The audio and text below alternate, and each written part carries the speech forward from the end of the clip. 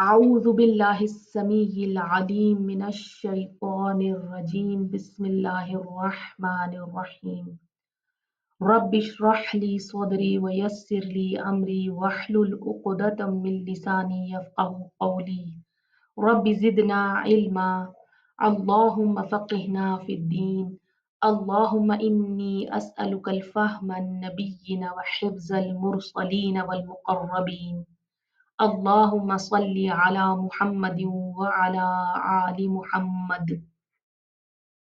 السلام علیکم ورحمۃ اللہ وبرکاتہ۔ آج ہم آیت نمبر 144 اور اس کے آگے پڑھیں گے انشاءاللہ۔ قد تحقیق، نرا ہم دیکھتے ہیں۔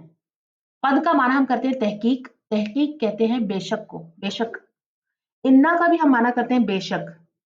تو قد اور انا میں کیا فرق ہے؟ قد آتا ہے ورب یعنی کہ فعل یعنی کہ کریا سے پہلے، اور انا جب آتا ہے تو وہ آتا ہے ناؤن یعنی کہ اسم یعنی کہ سنگھیا سے پہلے۔ یہ فرق ہے ان دونوں میں۔ نرا یہ ایک ورب ہے، ایکشن ورڈ ہے، اور اس کے پہلے قد آیا ہے۔ رعا یرو اس کا ورڈ فارم ہے، اور روٹ اس کا ہے را حمزہ یا۔ یہ آپ اس کا روٹ دھیان رکھیں کیونکہ قرآن مجید میں کئی بار یہ الگ الگ فارمز میں آئے گا۔ تقلب بار بار پھرنا، تقلب یا تقلب سے ہے، قاف لام با اس کا روٹ ہے، اور قلب کہتے ہیں دل کو، اور دل کبھی ایک حالت میں نہیں رہتا، الٹ پلٹ ہوتا رہتا ہے۔ تو یہاں معنی کیا گیا ہے بار بار پھرنا، وجہ کا آپ کے چہرے کا، فی السمائی آسمان کی طرف۔ اللہ سبحانہ تعالیٰ فرماتے ہیں کہ قد ہم نے دیکھا ہے بار بار پھرنا آپ کے چہرے کا آسمان کی طرف۔ نبی صلی اللہ علیہ وسلم جب ہجرت کر کے مدینہ تشریف لائے تو 16 سے 17 مہینوں تک آپ صلی اللہ علیہ وسلم یروشلم کی طرف، بیت المقدس کی طرف رخ کر کے نماز پڑھا کرتے تھے۔ رسول اللہ صلی اللہ علیہ وسلم ہر نماز سے پہلے آسمان کی طرف نظر کرتے کہ کب اللہ کی طرف سے قبلے کی تبدیلی کا حکم آئے گا۔ آپ انتظار میں تھے۔ آپ صلی اللہ علیہ وسلم نے کبھی دعا نہیں کی اس بارے میں، لیکن آپ کا دل دکھتا تھا کہ آپ کی پیٹھ خانہ کعبہ کی طرف ہے، اس گھر کی طرف ہے جو آپ صلی اللہ علیہ وسلم کے باپ ابراہیم علیہ السلام نے بنایا تھا۔ تو آپ کا چہرہ خود بخود آسمان کی طرف پلٹتا۔ تقلب سے معنی بنتا ہے کہ آپ اپنے چہرہ آسمان کی طرف نہیں کرتے بلکہ خود بخود آپ کا چہرہ اٹھتا، ایسے جیسے کوئی کام خود بخود کرنے لگتے ہیں ہم، جیسے آپ کو پتہ نہیں چلتا اور آپ کسی ایکشن کو روک ہی نہیں پاتے، وہ ہو جاتا ہے خود بخود۔ جیسے سمجھے کہ اگر ایک پٹاخہ پھوٹے تو فوراً ہمارے ہاتھ کانوں کی طرف جاتے ہیں، اسی طرح فَلَنُوَلِّيَنَّكَ پس البتہ ہم ضرور پھیر دیں گے آپ کو۔ بے شک دکھنے میں تو یہ ایک لفظ ہے لیکن یہ کافی سارے لفظوں کا مجموعہ ہے۔ ف کا معنی ہے پھر، تو لا جو ہے وہ لام تاکید ہے، ضرور یقیناً اس کا معنی ہے۔ نُوَلِّيَنَّ ہم ضرور پھیر دیں گے آپ کو، یہ جو نون کے اوپر شد آ رہی ہے یہ بھی تاکید کے لیے آئی ہے کہ ضرور ایسا ہو جائے گا۔ کا جو آیا ہے لاسٹ میں وہ تمہارا، آپ کا معنی دے رہا ہے۔ تو پس البتہ ہم ضرور بس ضرور پھیر دیں گے آپ کو، قبلتن اس قبلے کی طرف، ترضاہا آپ راضی ہو جائیں جس سے۔ قبلتن قاف با لام اس کا روٹ ہے، اور تا کے اوپر جو دو زبر کی تنوین آ رہی ہے وہ بتاتی ہے کہ کامن ناؤن ہے، اسم نکرہ ہے۔ آپ دیکھیں کسی لفظ کے آگے جب ال آتا ہے، جیسے السمائی، چاہے وہ لام پڑھا جائے نہیں لیکن الف لام آ رہا ہے، تو اس کا جب ہم انگلش میں ٹرانسلیشن کریں گے تو ہم کہیں گے the skies یا the heavens، اور یہاں پر قبلتن یعنی اس قبلے کی طرف۔ تو آپ دیکھیں جب میں بار بار گرامر کے چھوٹے چھوٹے رولز نئے انٹروڈیوس کر رہی ہوں تو آپ اس سے گھبرائیں نہیں، میں یہ بار بار ریپیٹ کرتی رہوں گی تاکہ آپ کو یہ یاد ہو جائے اور ٹرانسلیشن کرنے میں آسانی ہو۔ ترضاہا آپ راضی ہو جائیں جس سے، یہ جو تا آ رہا ہے پریفکس کا وہ آپ کا معنی دے رہا ہے، اور را ضاد واو اس کا روٹ ہے۔ اردو میں جو ہم راضی بولتے ہیں یا رضا مندی بولتے ہیں وہ بھی اسی سے سملر ہے، دیکھیں اسی کا معنی بن رہا ہے۔ اور رضی اللہ عنہ جو ہم بولتے ہیں راضی ہو جائے اللہ اس سے، تو وہ یہ وہیں سے آیا ہے. تو یہاں اللہ سبحانہ تعالیٰ فرماتے ہیں کہ ہم البتہ ضرور بس ضرور پھیر دیں گے آپ کو اس قبلے کی طرف جس سے آپ راضی ہو جائیں. تو دیکھیں یہاں اللہ سبحانہ تعالیٰ قبلے کی تبدیلی کی ایک اور وجہ بتا رہے ہیں. اس سے پہلے ایک آیت میں ہم نے پڑھا تھا کہ اللہ سبحانہ تعالیٰ فرماتے ہیں کہ قبلے کی تبدیلی کی تاکہ ہم جان لیں کہ کون پیروی کرتا ہے رسول کی اور کون پھر جاتا ہے اپنی ایڑیوں پر. اور یہاں بتایا جا رہا ہے کہ رسول اللہ صلی اللہ علیہ وسلم کی خوشی کے لیے قبلے کی تبدیلی کر دی گئی. آپ رسول اللہ صلی اللہ علیہ وسلم کا مقام دیکھیں اللہ کے یہاں. آپ صلی اللہ علیہ وسلم نے دعا بھی نہیں کی, کچھ مانگا بھی نہیں, صرف آپ دیکھتے تھے آسمان کی طرف, قبلے کی تبدیلی کے انتظار میں تھے اور قبلہ بدل دیا گیا. رسول اللہ صلی اللہ علیہ وسلم نے مانگا بھی نہیں اب تک, تو صرف آسمان کی طرف رخ کر کے دیکھتے ہیں اور انتظار میں ہیں, اور اللہ سبحانہ تعالیٰ فرماتے ہیں کہ ہم قبلے کو بدل دیں گے, ڈائریکشن آف پریئر کو بدل دیں گے کہ ساری دنیا, سارے مسلمان اس طرف رخ کر کے نماز پڑھیں جس سے آپ راضی ہو جائیں, آپ صلی اللہ علیہ وسلم کی خوشی کے لیے, آپ صلی اللہ علیہ وسلم کی رضا کے لیے. تو آپ مقام دیکھیں آپ صلی اللہ علیہ وسلم کا اللہ کے یہاں. اور یہی رسول جب قیامت کے دن اللہ سے مانگیں گے, اللہ کے سامنے لوگوں کے حق میں اور ان کے خلاف گواہی دیں گے, اور اللہ سے سچ مچ مانگیں گے, تو کیا ہوگا؟ اللہ ہم کو آپ صلی اللہ علیہ وسلم کی شفاعت کے قابل بنائے. اس دن آپ صلی اللہ علیہ وسلم ہماری شفاعت کریں ہمارے حق میں اور ہم بچ جائیں. آمین یا رب. فولی پس پھیر لیجئے وجہ کا آپ کا چہرہ, شطر المسجد الحرام طرف مسجد حرام کے. اسی آیت میں حکم بھی آ گیا اور اللہ نے کہہ بھی دیا کہ بس اب پھیر لیجئے اپنا چہرہ مسجد الحرام کی طرف. شطر شین تو را اس کا روٹ ہے, کسی چیز کے ایک حصے کو کہتے ہیں شطر, اور یہاں مراد ہے سمت یا رخ یا ڈائریکشن یا جانب, ٹورڈز. تو شطر سے یہ معنی بنتا ہے کہ 100% ایگزیکٹ ہونا ضروری نہیں ہے, بلکہ تھوڑا بہت ادھر ادھر چل سکتا ہے. تو پھیر لو اپنا چہرہ طرف مسجد حرام کے. تو خانہ کعبہ کا آفیشیل نام ہے مسجد الحرام. مسجد کہتے ہیں وہ جگہ جو سجدے کے لیے مخصوص ہو. کئی بار یہ سوال دل میں آتا ہے کہ مسجد الحرام کو حرام کیوں کہا جاتا ہے؟ حرام حرمت کے معنوں میں ہے, یعنی قابل احترام. خانہ کعبہ کے آس پاس کا پورا علاقہ ایسا ہے وہاں بہت سی چیزیں حرام ہیں. نہ تو وہاں جانوروں کو ذبح کیا جا سکتا ہے, نہ کوئی تکلیف دی جا سکتی ہے جانوروں کو, نہ وہاں پر کوئی پیڑ کا پتا بھی توڑا نہیں جا سکتا, اور نہ ہی کسی انسان کو وہاں کوئی تکلیف دے سکتے ہیں. لڑائی جھگڑے سب کچھ وہاں پہ حرام ہے. اب آپ دیکھیں کہ جب آپ حج اور عمرہ کے لیے جائیں تو خاص خیال رکھیں کہ آپ کی طرف سے کسی کو کوئی تکلیف نہ پہنچے. خاص کر کے حجر اسود چومنے کے لیے دھکے دیے جاتے ہیں یا کسی کو کسی کی کونی لگ جاتی ہے, وہاں لوگوں کے ساتھ آپ درگزر کا معاملہ کریں.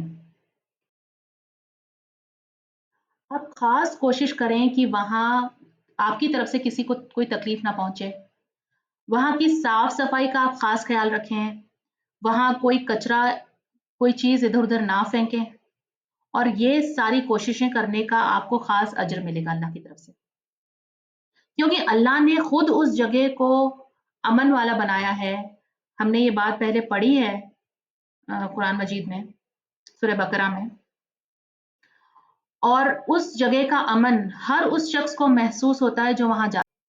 آپ دیکھیں بے شمار لوگ دنیا بھر سے, دنیا کے ہر ایک کونے سے وہاں آتے ہیں, جن کی لینگویج الگ, کلچر الگ, طور طریقے الگ, الگ الگ مزاج کے لوگ وہاں ایک ساتھ اکٹھے ہوتے ہیں, لیکن آپس میں لڑتے ہوئے نظر نہیں آتے.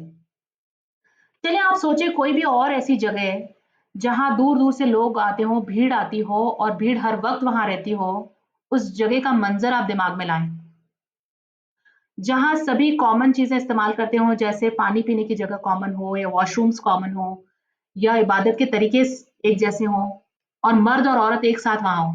اس جگہ کا عالم کیسا ہوگا؟ کتنا شور ہوگا ایسی جگہ پر کہ ایک شخص کو دوسری شخص سے بات کرنے کے لیے کتنی اونچی آواز میں بات کرنی ہوگی. اور اب آپ سوچیں کہ وہی جگہ اگر 4 دیواری میں بند ہو، جیسے کہ مسجد الحرام ایک مسجد ہے، اور آپ سوچیں ایسی جگہ پر کتنی گندگی ہوگی، کتنے لڑائی جھگڑے ہوں گے، کتنے لوگ حیران، پریشان، تھکے ہوئے نظر آئیں گے۔ اور کچھ ہو سکتا ہے کچھ ایسے بھی گروپس وہاں پہ آئیں جو آوارہ گردی کرنے کے لیے آئیں، شور مچائیں، چلائیں، لڑکیوں کو چھیڑیں۔ اور ایسی جگہ پر آپ کتنا بھی اہتمام کریں، چاہے ان کو مذہب کے نام سے ڈرائیں، چاہے وہاں پولیس تعینات کریں، ڈسپلن ممکن نہیں ہے۔ سوچیں خانہ کعبہ کی جگہ کوئی اور ایسی جگہ ہو جہاں بہت سے لوگ بھیڑ آتی ہو، بہت سے لوگ آتے ہوں اور ان سے کہا جائے کہ ایک ہی ڈائریکشن میں تمہیں طواف کرنا ہے۔ دیکھیں کوئی نہ کوئی ایک سرفرا تو ضرور ہوگا جو الٹے ڈائریکشن میں طواف کرے گا، لیکن مسجد الحرام میں ایسا کچھ نہیں ہوتا۔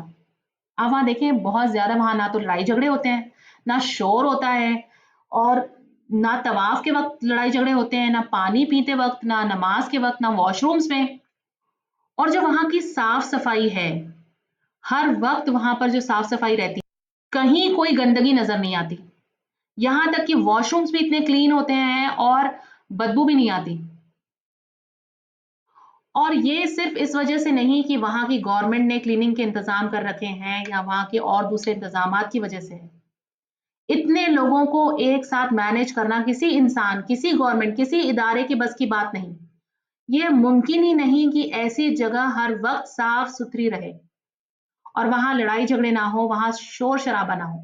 وہاں آپ کو پولیس تو بہت نظر آئے گی، کلیننگ سٹاف بھی بہت سارا نظر آئے گا، لیکن اکثر وہ یا تو خالی کھڑے ہوں گے یا وہ اپنے کاموں میں لگے ہوں گے، لیکن بہت زیادہ محنت کرتے ہوئے، کوشش کرتے ہوئے، نظام کو قائم رکھنے کے لیے لگے ہوئے ایسے لوگ نہیں نظر آئیں گے۔ یہ انتظام انسان کے بس میں نہیں ہے، یہ ممکن ہی نہیں ہے کسی گورنمنٹ کے لیے یا کسی ادارے کے لیے۔